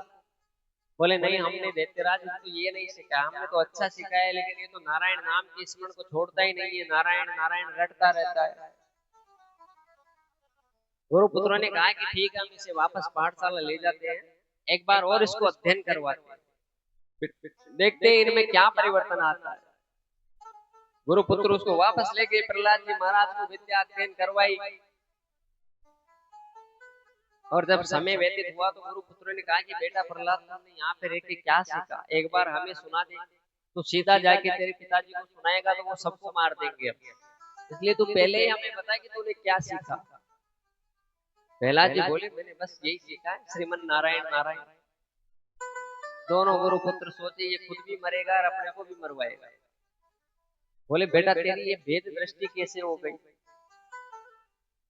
तो राक्षस कुल में उत्पन्न हुआ है, फिर भी तुम्हारे तेरे पिताजी का जो वेरी है, दुश्मन है, उसके नाम का स्मरण कैसे कर रहा है? प्रहलाद जी बोले भाई पता नहीं मुझे, मैं कैसे करता हूँ, पर मेरा चित्त हमेशा भगवान के चरणों में लगा है। मुझे इस बात का पता नहीं कि मैं क्यों करता हूँ, लेकिन मैं जन्म से करता हूँ। कुछ दिनों बाद प्रहलाद जी को गुरु पुत्र उसके पिता के पास लाए, हिरण्यकश्यप के पास लाए। हिरण्यकश्यप ने कहा कि बेटा क्या सीखा वहां पे? गुरु पुत्रों से कहा कि इसकी बुद्धि अब तो सही हो गई कि हाँ अब तो हमने सिखाया है, सुनो क्या कहता है। तो प्रहलाद जी से पूछ रहे हैं हिरण्यकश्यप कि बेटा तुमने क्या सीखा वहां पे? तो प्रहलाद जी महाराज क्या कहते हैं अपने पिताजी से? श्रवणम कीर्तनम विष्णु स्मरणम पाद सेवनम अर्चनम वंदनम दास्ये सख्ये आत्मनिवेदनम। पिताजी मैंने सीखा है श्रवणम, भगवान विष्णु के नाम का श्रवण करना चाहिए, कीर्तनम उनके नाम का कीर्तन करना चाहिए, स्मरणम उनके नाम का स्मरण करना चाहिए, पाद सेवनम और उनके पैरों की पूजा करनी चाहिए, उनके पादों पैरों का सेवन करना चाहिए, अर्चनम भगवान विष्णु का अर्चन करना चाहिए, वंदनम उनका ही वंदन करना चाहिए, और दास्यम और उनका ही दास बना रहना चाहिए। हिरण्यकश्यप ने कहा तलवार लाओ इसको मारते, ये नहीं सुधरेगा। वो गुरु पुत्र थे, उनसे भी कहा कि तुम्हें भी मारूंगा मैं अब, तुमने क्या सिखाया मेरे बेटे को? बोले दैत्यराज हमने कुछ नहीं सिखाया, तुम्हारे बेटे को यही रखो, हमारे बस की भी नहीं है कि हम इसको कुछ सिखा दें, ये तो विष्णु के नाम का स्मरण नहीं छोड़ता है। प्रहलाद जी ने कहा कि पिताजी मैंने तो यही सीखा है। ये सुनते ही हिरण्यकश्यप भयंकर क्रोधित हुए और कहा कि इसकी बुद्धि इतनी भ्रमित कैसे हो गई? महाराज परीक्षित भी सुखदेव जी से पूछते हैं कि कारण क्या है, 5 साल का बच्चा कैसे इतना भगवान का स्मरण कर सकता है? तो सुखदेव जी कहते हैं कि राजन जब प्रहलाद कयादु के गर्भ में था और जब हिरण्यकश्यप तपस्या करने चला गया तो इंद्रदेव कयादु को पकड़कर अपने साथ स्वर्ग में ले जा रहे थे। बीच में उनकी भेंट नारद जी से हुई। नारद जी ने कहा कि इंद्रदेव आप इसको कहां पर लेके जा रहे हो? तो इंद्रदेव ने कहा कि मैं इसे अपने साथ लेके जा रहा हूँ, इसके गर्भ में बहुत तेजस्वी पुत्र है और उसको जन्म लेते ही मैं उसको मार दूंगा और फिर इसको वापस छोड़ दूंगा। नारद जी ने कहा कि इंद्रदेव आप मूर्खता की बात करते हो, आप मूर्ख कैसे हो रहे हो? इसके गर्भ में तेजस्वी पुत्र नहीं, भगवान का अनन्य भक्त है इसके गर्भ में, आप इसको छोड़ दीजिए। नहीं तो प्रकृति विनाश सबका करती है। नारद जी की बात मान के इंद्रदेव ने कयादू को छोड़ दिया। नारद जी कयादू को अपने आश्रम पे ले आए और उससे कहा कि बेटा जब तक तेरा पति नहीं आता तू यही आश्रम पे रह के भगवान के भजन कर। और नारद जी जो भगवान के भजन करते, प्रहलाद जी महाराज गर्भ में ही ग्रहण कर लेते थे, इसलिए वो गर्भ से ही अनन्य भक्त थे भगवान। प्रहलाद के ऐसा कहने पर दैत्यराज आज आग बबूला हुआ, उसने कहा, उसको मारने लगा। तो जो संड और मर्क थे उन्होंने कहा कि ऐसा है हिरण्यकश्यप, दैत्यराज आप एक मौका और दीजिए, हम इसको ले जाते हैं, समझाएंगे फिर से, बच्चा है किसी के बहकावे में आ गया होगा। हिरण्यकश्यप ने कहा कि इसको मेरी नजरों से ले जाओ आप और इसको जाके कुछ सिखाओ। गए, उसको पाठशाला में पढ़ाया सिखाया, वापस लेके आए। हिरण्यकश्यप ने कहा कि अब तो सही है ये, बोले आप ही पूछ लो। दोनों देते जो संड और मर्क थे वो बाहर चले गए महल के, भाई ये मरेगा अपने को भी मरवा सकता है। हिरण्यकश्यप ने पूछा प्रहलाद क्या सीखा? प्रहलाद जी ने कहा कि वही श्रीमन नारायण। हिरण्यकश्यप ने कहा कि देख आखिरी आ गई, मैं तेरे को मार दूंगा। हिरण्यकश्यप, प्रहलाद जी कहते हैं कि पिताजी मुझे मरने का भय नहीं, आप मरने की धमकी किसको देते हो? मरना तो सबको एक दिन, आपको भी मरना है, मेरे को भी मरना है, मार दो आप, मरना तो है ही सही, लेकिन मेरी एक बात सुन लो आप, मैं जैसा कहूँ वैसा कर लो आप, आपका भी भला हो जाएगा, उद्धार हो जाएगा। तो प्रहलाद जी क्या करें अपने पिताजी से? कहे भक्त प्रहलाद पिताजी हरि भजन मोहे करने दो, मानस दे मिले धड़नों का, भव सागर से तरने दो। कि पिताजी आप भी हरि का भजन करो और मुझे भी करने दो, और कि पिताजी इस गुमान को त्याग दो, आप राजा हो, ये समय परिवर्तित होते टाइम नहीं लगता है। आज राजा आप हो, कल न जाने कौन होगा, परसों कौन होगा, मरना सबको है, इसलिए आप भी हरि का भजन करो, हरि को भजो केवल। तो प्रहलाद जी क्या कह रहे हैं अपने पिताजी से? भजले हरि हरि, भजले हरि हरि, सुन राजा भजले हरि हरि, भजले हरि हरि, भजले हरि हरि, भजले हरि हरि,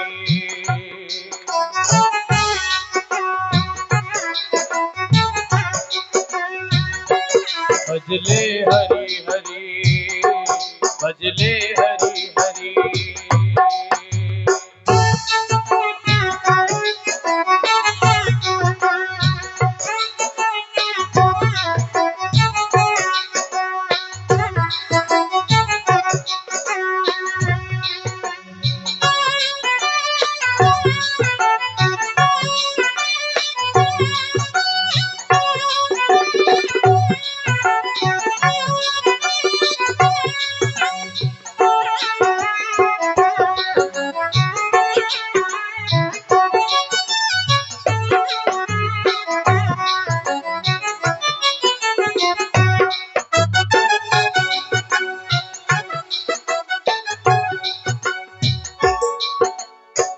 अपने पिताजी को कह रहे कि पिताजी सुनो मेरी बात, ये झूठा मान गुमान त्याग दो, ये सब 2 दिन के हैं।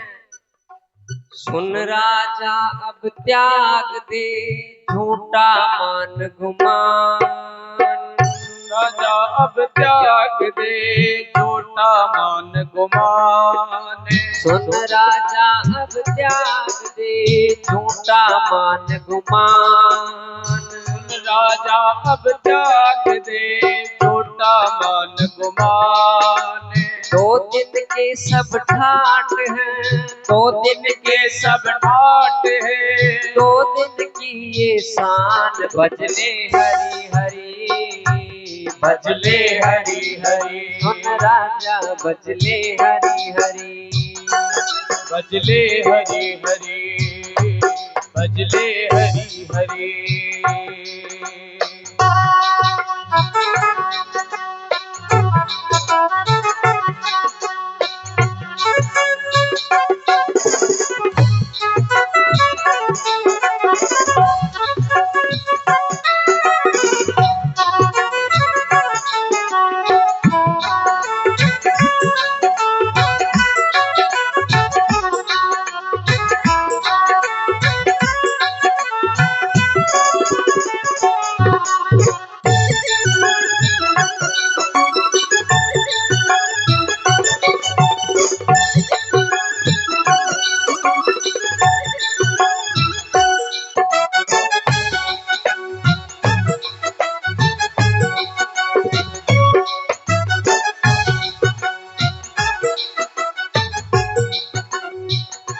फिर प्रहलाद जी क्या कह रहे हैं अपने पिताजी, ये पिताजी ऐसा है, राजा होने का गुमान त्याग दो, आज राजा कोई और है, कल कोई और होगा। कल राजा कोई और था, कल होगा कोई और। कल राजा कोई और था, कल होगा कोई और। कल राजा कोई और था, कल होगा कोई और। कल राजा कोई और था, कल होगा कोई और। किसी एक के शीश पर, किसी एक के शीश पर, किसी एक के शीश पर सदा रहे ना मोर। भजले हरि हरि, भजले हरि हरि, भजले हरि हरि, भजले हरि हरि।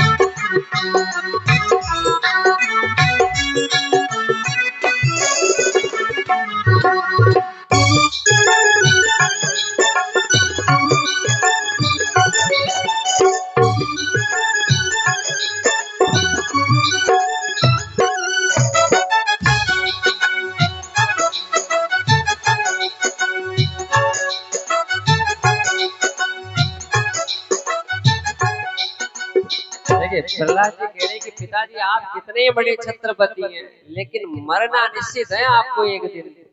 राजा राणा छत्रपति हातिन के असवार। राजा राणा छत्रपति हातिन के असवार। राजा राणा छत्रपति हातिन के असवार। राजा राणा छत्रपति हातिन के असवार। मरना सबको एक दिन, मरना सबको एक दिन, मरना सबको एक दिन, अपनी अपनी बार। भजले हरि हरि, भजले हरि हरि, भजले हरि हरि।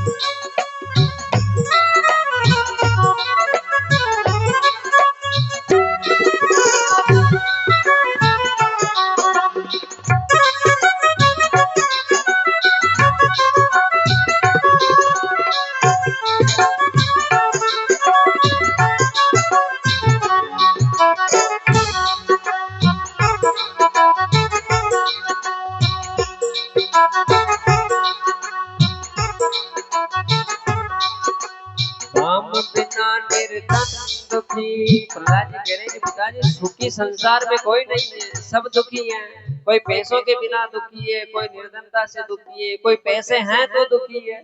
काम बिना निर्धन दुखी, तृष्णावश धनवान। काम बिना निर्धन दुखी, तृष्णावश धनवान। काम बिना निर्धन दुखी, तृष्णावश धनवान। काम बिना निर्धन दुखी, तृष्णावश धनवान। कहूँ न सुख संसार में, कहो न सुख संसार में, कहूँ न सुख संसार में, सब जग के दातान। भजले हरि हरि, भजले हरि हरि।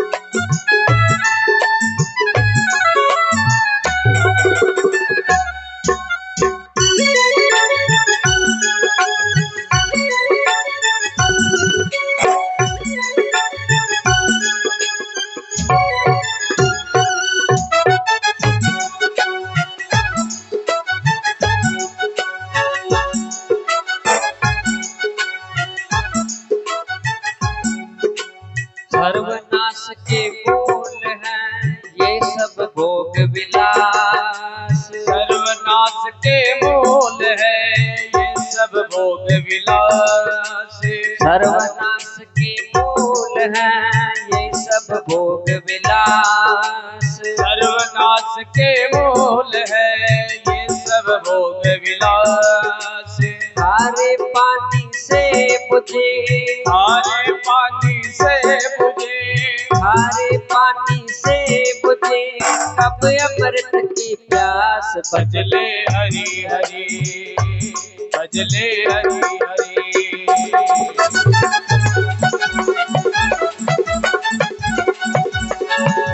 भजले हरि हरि, भजले हरि हरि।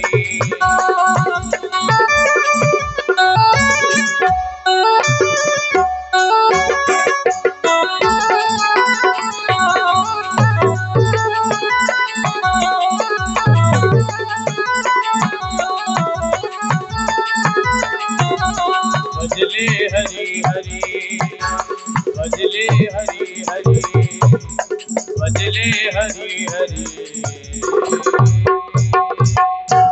जय जय श्री राधे श्याम, जय जय श्री राधे श्याम।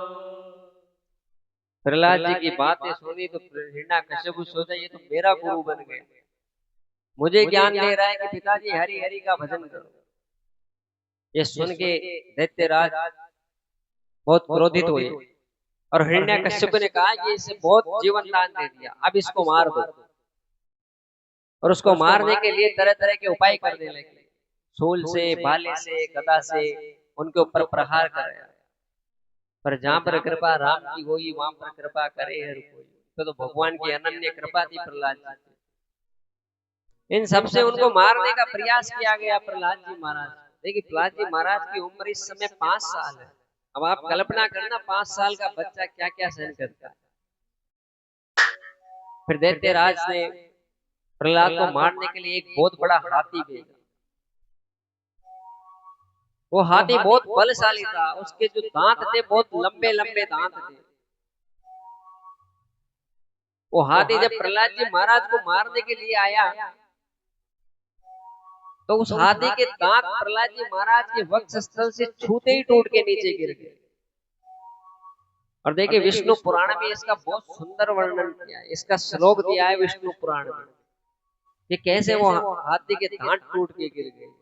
दंता गजानाम कुलशाग्र निष्ठुरा शीर्णाय देते न बलम ममेत महाविपत्तापविनाशनूयं जनार्दनाम्नुं स्मरणानुभाव। विष्णु पुराण का श्लोक। इसमें प्रहलाद जी महाराज अपने पिताजी को कहते हैं कि पिताजी ये जो आपने विशाल काय हाथी भेजा है मेरे को मारने के लिए और इसके इतने लंबे दांत है, ये मेरे छूते ही टूट के गिर गए। तो कि पिताजी ये मेरा बल नहीं है, मेरे अंदर कहां से इतना बल आएगा, मैं तो अभी बच्चा हूं, ये मेरा बल नहीं है, ये भगवान की कृपा है मेरे ऊपर और आप अभी भी नहीं समझ रहे हो। लेकिन हिरण्यकश्यप कैसे समझता साहब, जब नाश मनुष्य पर छाता है पहले विवेक मर जाता है। उसका तो विनाश आना था, उसका विवेक तो वैसे ही मर गया था। और प्रहलाद जी ने कहा कि पिताजी ये तो वज्र के समान कठोर गजों के दांत टूट गए ना, ये नारायण की कृपा है, नहीं कि मेरा बल है। और मैंने तो अपना जीवन ही नारायण को सौंप रखा है कि तू जैसे रखे मैं रहूंगा। और मैं मेरी रक्षा नहीं कर पाता हूँ, मेरी रक्षा तो साक्षात नारायण करते हैं। लेकिन फिर भी वो जो दैत्य राज था हिरण्यकश्यप वो नहीं माना।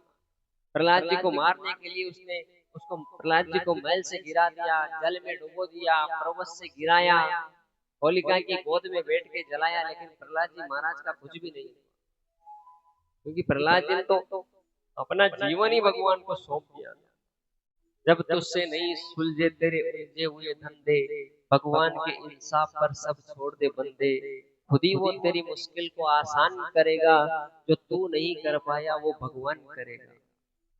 जो मनुष्य नहीं कर पाता है वो ईश्वर कर देता है, होना चाहिए दृढ़ विश्वास।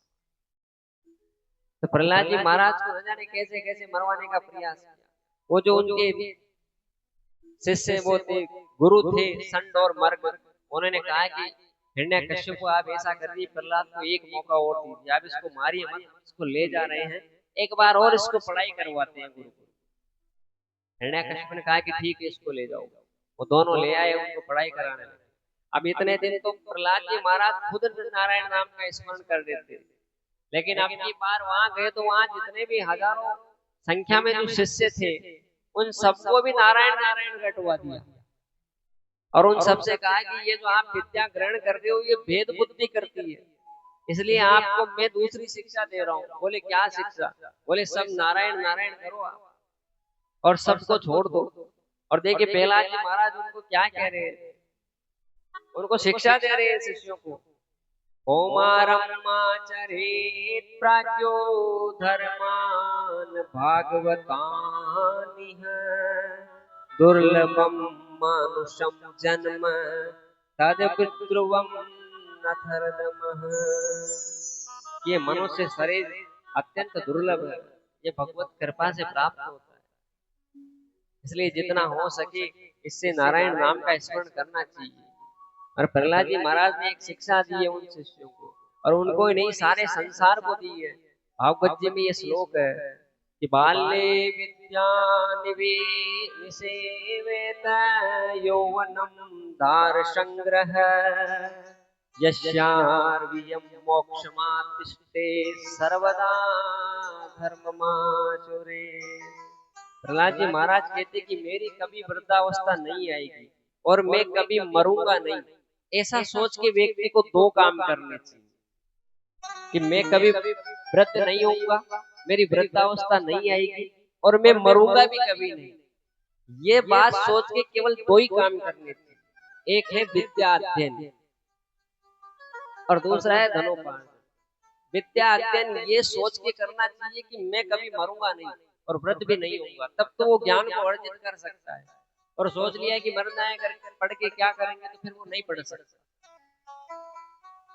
और दार संग्रह यानी धनोपार्जन भी यही सोच के करना चाहिए, तभी वो अपने परिवार का पालन कर सकता है। यदि व्यक्ति सोच लिया कि मरना है, क्या करें कमा के, तो मरेगा तो न जाने कब, लेकिन भूखे तो कल ही मर जाएगा। तो कि दो चीजें ये सोच के करनी चाहिए कि मैं कभी मरूंगा नहीं और मेरी कभी वृद्धावस्था नहीं आएगी। ये चीज सोच के एक तो विद्या अध्ययन और एक धनोपार्जन करना चाहिए। और एक चीज ये हमेशा सोचनी चाहिए कि मृत्यु मेरे सर पे 24 घंटे मंडरा रही है, मैं कभी भी मर सकता हूँ। इस बात को सोच के नित्य नारायण नाम का स्मरण करना चाहिए, ठाकुर जी के नाम का स्मरण करना चाहिए। ये प्रहलाद जी महाराज शिक्षा दे रहे हैं उनको, वहां पे जो बच्चे पढ़ रहे हैं। गुरुपुत्र जब बाहर से लौटकर पाठशाला में आए तो उन्होंने देखा कि सारे शिष्य चेंज हो गए, सब नारायण के भक्त हो गए। वो सोचे प्रहलाद इतने दिन तो खुद ही मर रहा था, अब अपने को और मरवाएगा, ये तो सारे राक्षस के बच्चों को नारायण का स्मरण करवा दिया। प्रहलाद जी महाराज को हिरण्यकश्यप के पास ले गए और हिरण्यकश्यप ने जाते ही प्रहलाद जी से कहा कि सुधर गया? बोले नहीं, ये तो वही नारायण नाम का भक्त है। उसने कहा कि प्रहलाद मैं तुझे अभी मारूंगा इसी वक्त, और तेरे में शक्ति है, तेरे में भक्ति है, तो तेरा भगवान मुझे दिखा दे, नहीं तो मैं तुझे इसी वक्त मारूंगा। प्रहलाद जी ने कहा कि पिताजी भगवान तो सर्वत्र विराजमान है, सब जगह है, कण कण में है, आप में है, मुझ में है, इस महल में है, सब जगह है। हरि व्यापक सर्वत्र समाना, प्रेम से प्रकट हो ये मैं जाना। हरि तो सब जगह है, लेकिन वो प्रेम से आएंगे, ऐसे क्रोध करने से थोड़ी हरि प्रकट होते हैं। बोले कि प्रहलाद मैं तुझे मारूंगा, तू तेरे भगवान को दिखा दे। प्रहलाद जी ने कहा कि भगवान आप में भी है, मुझ में है, इस महल में है, ये जो सामने आपके खंबा है इसमें भी है। ऐसा स्वाम मंदभाग्योक्तो मंदयो जगदीश्वर वासो यदि च सर्वत्र कस्मात् स्तंभयं दृश्यते। हिरण्यकश्यप ने कहा कि तेरा भगवान इस महल में खंबे में तो दिखा मुझे इस खंबे में। बोले पिताजी आप दर्शन कर लो, आपको दिख जाए तो। बोले तुझे दिख रहे हैं क्या? प्रहलाद जी कहते कि मया तो दृश्यते। प्रहलाद जी ने उस खंबे में भगवान की उग्र मूर्ति के दर्शन कर लिए और अपने पिताजी से कहा कि पिताजी मया तो दृश्यते, मुझे तो इस खंबे में नारायण दिखाई दे रहे। बोले प्रहलाद यदि इस खंबे में नारायण नहीं निकले तो मैं तेरे को मार दूंगा। बोले पिताजी मुझे दिख रहे हैं इसी खंबे में। हिरण्यकश्यप अपने पराक्रम से उस स्तंभ पर मुष्टिका का प्रहार किया। स्तंभम तताणाति बलशौ मुष्टिना। स्तंभ पर मुष्टिका का प्रहार करते उस खंबे से ऐसा भयंकर गर्जनाद हुआ, शब्द हुआ, जैसे मानो पूरा ब्रह्मांड ही फट गया हो। और उस खंबे से भगवान अद्भुत रूप धारण लिए भगवान नरसिंह का प्रादुर्भाव हुआ। नायम मृगो नापि नरो विचित्र महो किमे तन्मृगेंदरा। बोलिए नरसिंह भगवान की जय हो। जय जय श्री राधे श्याम। भगवान नरसिंह का प्रादुर्भाव हो गया उस खंबे में। और भगवान नरसिंह का जो अवतार हुआ था, आज तक के अवतारों में सबसे क्रोधित अवतार था भगवान नरसिंह का, और बहुत गंभीर अवतार भगवान नरसिंह का हुआ था। और भगवान इतने क्रोध में सभी देवताओं ने सोचा आज पहली बार भगवान इतने क्रोध में अवतार लिए। उनके क्रोध से पूरी पृथ्वी कंपायमान हो गई। प्रहलाद जी महाराज डर गए भगवान की उस भयंकर रूप से। हिरण्यकश्यप हाथ में गदा लेकर भगवान के ऊपर प्रहार करने दौड़ा। भगवान ने उसको पकड़कर अपनी जंघा पर लिटा लिया और हिरण्यकश्यप से कहा कि हिरण्यकश्यप देख, एक बार तेरे वरदान को चेक कर ले, कहीं मिथ्या साबित नहीं हो जाए। देख मैं ना नर हूं ना सिंह हूं, मैं आदमी भी नहीं हूं और जानवर भी नहीं हूं, नर हूं ना सिंह हूं। और देख ले तू आकाश में भी नहीं है और पृथ्वी पे भी नहीं है, मेरी जंघा पे लेटा हुआ है इस टाइम। और देख तू ना घर के बाहर है ना घर के भीतर है, तो डेलीज पे है इस टाइम घर के। और देख ना दिन है ना रात है, संध्या का समय गोधूली बेला हो रही है, तेरा वरदान परिपूर्ण है हिरण्यकश्यप। और भगवान के ऐसा कहते हिरण्यकश्यप का भगवान ने सीना चीर दिया अपने नाखून से। हिरण्यकश्यप वही मर गया। भगवान नरसिंह का क्रोध नहीं गया, उसके बावजूद बड़े भयंकर क्रोध में थे भगवान नरसिंह। ब्रह्मा जी आदि सभी देवता दूर खड़े हुए थे, जाए कौन उनके पास। सभी देवताओं ने कहा प्रहलाद से कि बेटा प्रहलाद, भगवान ने तेरे लिए अवतार लिया और तू भगवान के पास जा, उनका क्रोध शांत कर। हमारे में शक्ति नहीं है कि इस समय भगवान के पास चले जाए। प्रहलाद जी महाराज 5 साल के बच्चे थे, भगवान के पास में गए, उनके चरणों में साष्टांग प्रणाम। भगवान ने प्रहलाद जी महाराज को उठाया, अपनी गोद में बैठाया, उनका क्रोध शांत हुआ भगवान। और भगवान प्रहलाद जी को अपनी गोद में बैठा के प्रेम कर रहे हैं। देखिए प्रहलाद जी को जीवन में पहली बार किसी का प्रेम मिला है, और मिला है तो वो भी नारायण से मिला है। और भगवान प्रहलाद जी से क्या कह रहे हैं, नरसिंह भगवान प्रहलाद जी से क्या कह रहे हैं। भागवत जी का ये बहुत सुंदर श्लोक है। वैसे भागवत जी का हर एक श्लोक अमृत तुल्य है, लेकिन भगवान नरसिंह प्रहलाद जी से क्षमा मांग रहे हैं, अपने भक्त से क्षमा मांग रहे हैं। भक्ति के आगे भगवान कितने झुकते हैं आप देखिए। और क्या कह रहे हैं भगवान प्रहलाद जी से, वेदम बपू कवच वै सुकुमार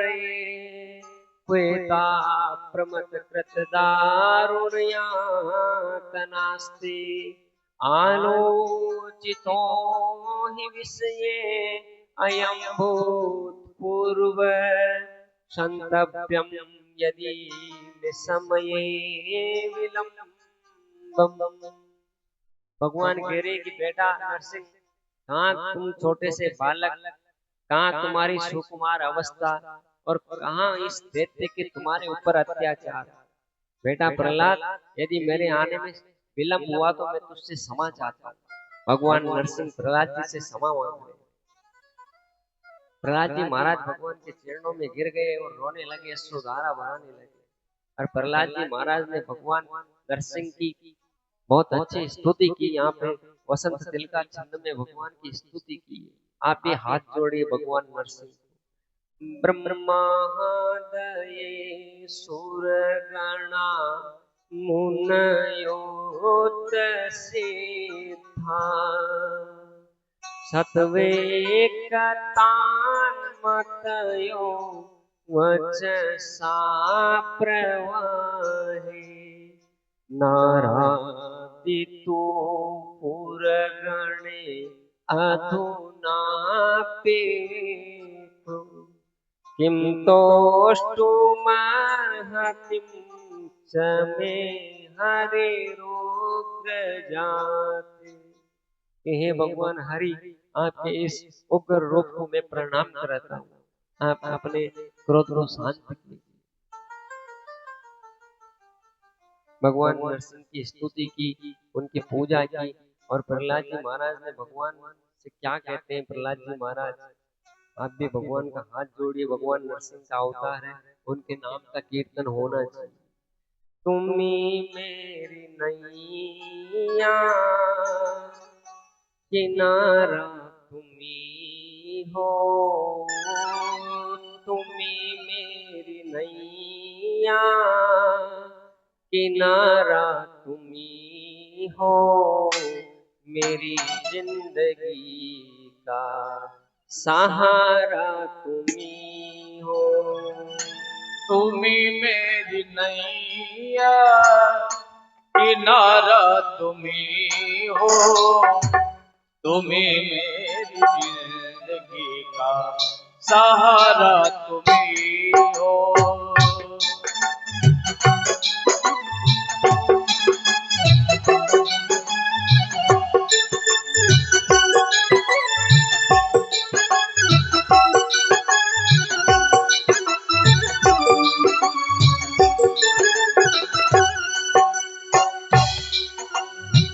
तुम्ही मेरी नैया किनारा तुम्ही हो, तुम्ही मेरी नैया किनारा तुम्ही हो, मेरी जिंदगी का सहारा तुम्ही हो।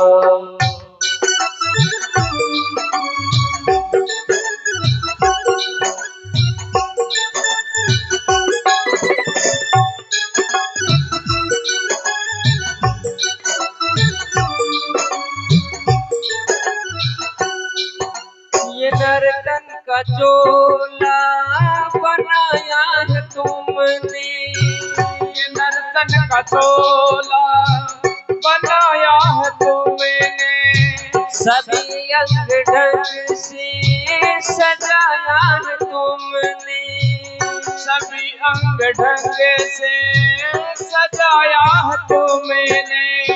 तुम्ही मेरी नजरे नजारा तुम्ही हो, तुम्ही मेरी नजरे नजारा तुम्ही हो, मेरी जिंदगी का सहारा तुम्ही हो, मेरी जिंदगी का सहारा तुम्ही हो। तुम्ही मेरी नैया किनारा तुम्ही हो, तुम्ही मेरी नैया किनारा तुम्ही हो, मेरी जिंदगी का सहारा तुम्ही हो, मेरी जिंदगी का सहारा तुम्ही हो।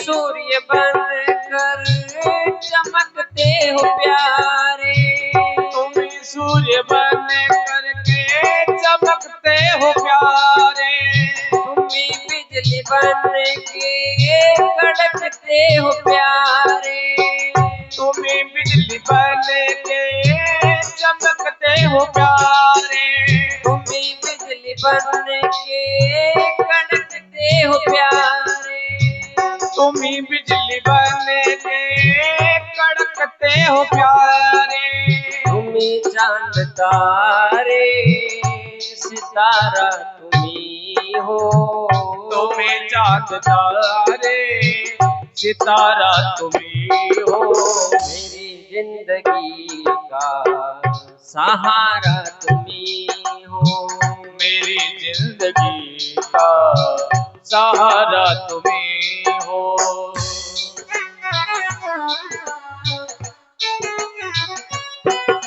जय जय श्री राधे श्याम, जय जय श्री राधे श्याम। प्रहलाद जी महाराज ने भगवान की स्तुति की, उनका भोजन किया और प्रहलाद जी ने कहा कि भगवान मैं आपको कैसे प्रसन्न कर सकता हूँ, मैं कैसे आपको प्रसन्न कर सकता हूँ भगवान। मैं राक्षस कुल में उत्पन्न एक छोटा सा बालक हूँ, ना मेरे पास धन है, ना विद्या है, ना रूप है, ना यौवन है, मैं आपको कैसे प्रसन्न कर सकता हूँ। तो भगवान कहते हैं कि प्रहलाद मुझे धन रूप विद्या ऐश्वर्य यौवन नहीं चाहिए, मुझे तो तेरे जैसा भक्त चाहिए।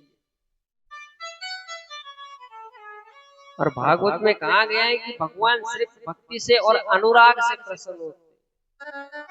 पहले भगवान के प्रति अनुराग होना चाहिए, प्रेम होना चाहिए, उसके बाद में भक्ति करनी चाहिए। यदि प्रेम नहीं, अनुराग नहीं, तो भक्ति दिन भर करो।